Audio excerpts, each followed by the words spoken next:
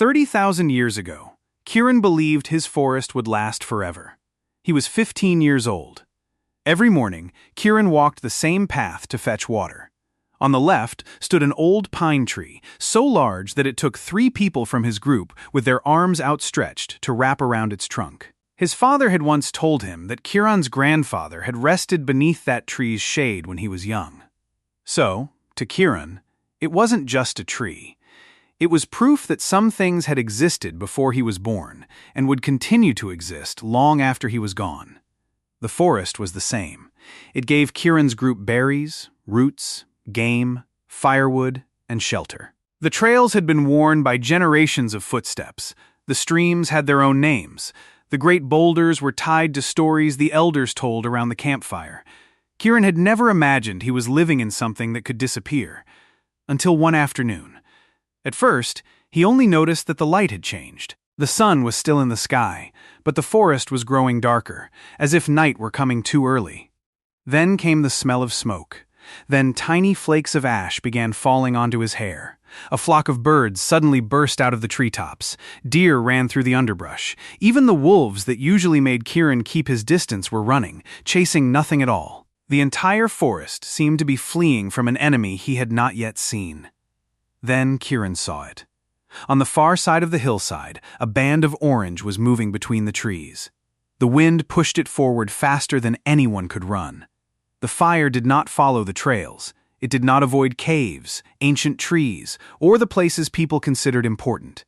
It just kept moving forward. No one in the group carried water to put out the fire. No one stayed behind to protect their shelter. Kiran's father looked at the flames, looked at the direction of the wind, and said only one word: run. They took the children, the food, and whatever tools they could carry.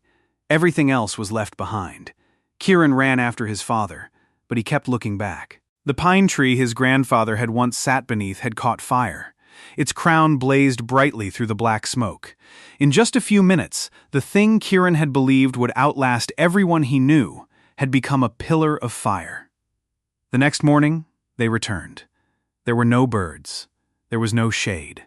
There was no familiar path. Only blackened tree trunks and a thick layer of ash covering the land that had once been home. For the first time in his life, Kiran understood that a place could endure for generations, then disappear in a single afternoon. But that was 30,000 years ago. Back then, there were no weather satellites. No fire engines, helicopters, air tankers dropping fire retardant, or cell phones sending evacuation alerts. People couldn't see a wildfire from the sky, nor could they know when it would change direction.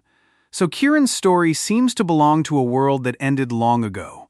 Today, we detect fires from hundreds of miles away. Computers can combine wind direction, humidity, temperature, and terrain to predict where they will spread. Thousands of people are trained to fight the largest wildfires. We have had 30,000 years to prepare for that very moment. So this time, things have to be different. Right? August 3rd, 2026. Spokane, Washington, United States. There are no more caves, no more bare feet running through the forest. Instead, there are highways, hospitals, power lines, smartphones, and a modern city with hundreds of thousands of residents. But the sky grows dark again. Not because of clouds, because of smoke. 3 major wildfires, Old Trails, Fairview, and Autumn Lane, all threatened the Spokane area at the same time. Strong winds pushed the flames across grasslands, residential neighborhoods, and the dry land surrounding the city. The Old Trails fire spread rapidly through the northwest side of Spokane and crossed the Spokane River, while multiple areas were placed under Level 3 evacuation orders. Leave immediately. Imagine a family in the home where they have lived for years. Their phone receives an emergency alert. Not, be prepared, not, you may need to leave, but leave now. They have very little time to decide what to take with them. Important documents, medication, a few changes of clothes, their pets, family photos, if there's still enough time. Everything else has to stay behind. The father locks the front door, even though he knows a locked door cannot stop fire.